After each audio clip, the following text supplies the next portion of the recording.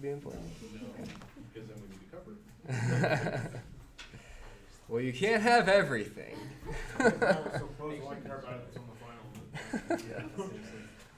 So this is, we're going to learn sort of two more topics in this class. We're going to learn about root locus analysis and then root locus design. And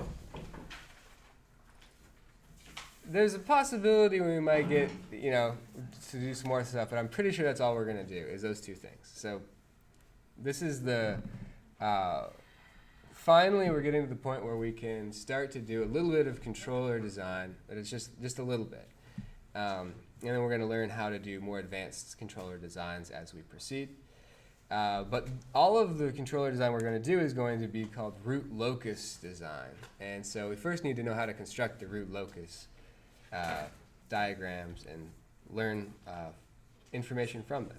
So root locus is a graphical technique for designing for closed-loop transient response from open-loop knowledge and some cleverness. So it requires some information about the open-loop system, and it also requires that you be a little bit clever. It's fun. I enjoy it. So system's transient response is dominated by its poles, as we know, right? Any system's transient response is dominated by its pole location. Like if their poles are in the right half plane, what kind of transient response are you going to have? Right half? Oh, unstable. It's going to be unstable. Right half plane, they're going to go off to infinity, right? And you'll have an infinite steady state error. Everything's horrible. If you have poles only in the left half plane, then it's going to be stable, right? And things are going to settle down. But it gets to those final values in different ways, right? And we learned about those different ways, like percent overshoot, rise time, those types of things. So we're going to be designing based on the location of the closed loop poles. That's what we want to know. For a system with feedback, solving for these closed loop poles is challenging, as we're going to see in the next lecture, or in this first lecture, actually. Due to the use of complex analysis in this chapter, it's recommended that you review that appendix that we already reviewed. So that's why we did it first. So let's do this first lecture. Closed loop poles are hard to find.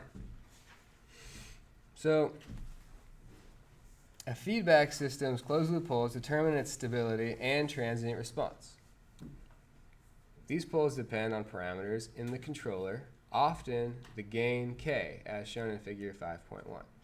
So if we construct just a really simple feedback system, we have a plant, and we're going to our controller is just going to be a gain k for now. Okay, that's what we're going to think about the controller being. It's just a gain. So if we just have a gain controller, then if you look for the closed loop transfer function, if you solve for the closed loop transfer function, this is what you get, kg over 1 plus kgh. Okay. We define the forward transfer function, kg, and the feedback transfer function, h of s, which we've already, so kg is the forward, h of s is the feedback transfer function. The open loop transfer function is the product of these two, and we've talked about it, the open loop before. So it's kgh, right? So you go around the loop, kgh, but you don't close it. You just go around it, and before it's closed, that's what the transfer function is. So you go around the loop, kgh, and you don't close it. That's the open loop transfer function. If we break down g and h into numerators and denominators, then we can write them like this. So gn is the numerator of g, and gd is the denominator. hn is the numerator, hd is the denominator. We can now see how they affect the closed loop transfer function t of s. So we just plug these, so 5.1, these two equations, into the closed loop transfer function. And this is what emerges. So let's make the following observations. First and foremost, the closed loop poles depend on the gain, k. Okay? So the closed loop poles come from setting the denominator equal to 0, right? So if we set the denominator equal to 0, we would solve for the closed loop poles.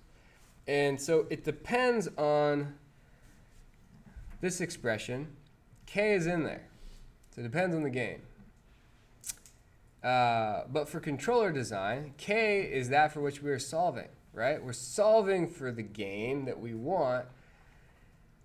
And so finding those closed loop poles is not super helpful. This arose in another place too, right? In the Routh-Hurwitz criteria.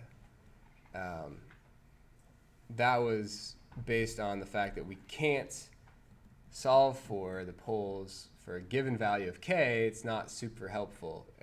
We want to know what it is for any value of k. So that was for stability purpose. This is for other performance criteria besides stability. We care about transient response, and we care about steady state response. And those closed loop poles dominate that, and our gain k is a variable that's going to affect it, which is good and bad, right? It's bad because it makes it hard to solve for those closed loop poles. It's good because we can affect where those closed loop poles are, right? You choose a different k, you can affect where they are. If k didn't show up down here, you wouldn't be able to change where they show up.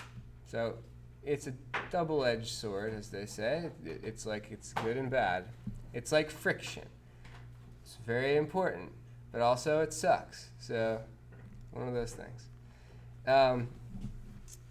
So point 1a, or observation 1a, an analytic solution for the closed loop poles is intractable for systems of order greater than 3. We covered that in the Routh-Hurwitz criteria thing. And 1b, for a given value of k, a numerical root finder is typically very effective. So if you know what k is, then it's easy to find those poles using numerical analysis. So, and if you have a computer that could do that for a lot of values, maybe you could learn something. That's actually the direction that we're headed, is we'll have a computer help us generate these things. However, we can also sketch them by hand. Like everything in controls you guys have learned so far.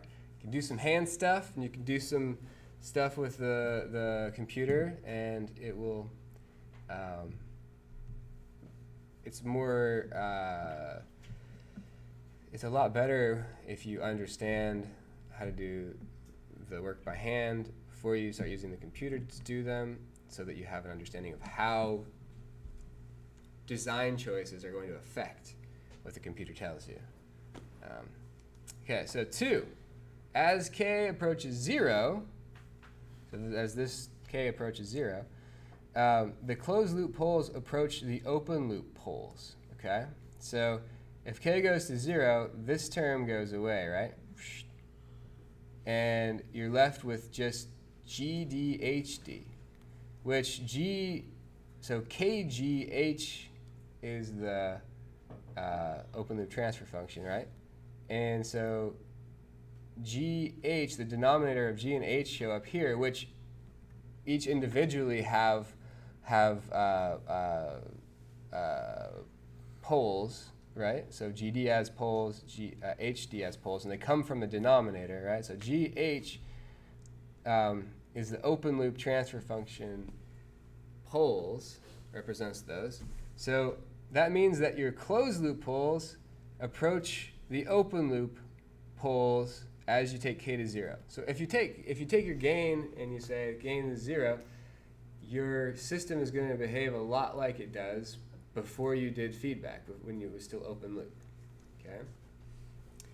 As k goes to infinity, the closed loop poles approach the open loop zeros, which is a little bit more subtle, but as k goes to infinity, what this term is becomes less and less important, right? Because whatever this term is dominates. And this is the numerator of the open loop transfer function. And the numerator, being equal to 0, is the zeros, right? Numerator as being 0 is what a 0 is defined as. So the closed loop poles approach the open loop zeros as k goes to infinity. So we can learn all of that by just looking at this. So we know K affects the location of the closed loop poles. We know that when K is 0, the closed loop poles are just the open loop poles. And we know as K goes to infinity that the closed loop poles are the open loop zeros. Great, but like what about all of the stuff in between? That's like what we need to know now, because we found out everything we need to know about those endpoints, but we don't know what's happening in between. So the closed loop poles are hard to find, but we know a little bit about them, right? We've learned a little bit about them. And that is, that's all for this lecture.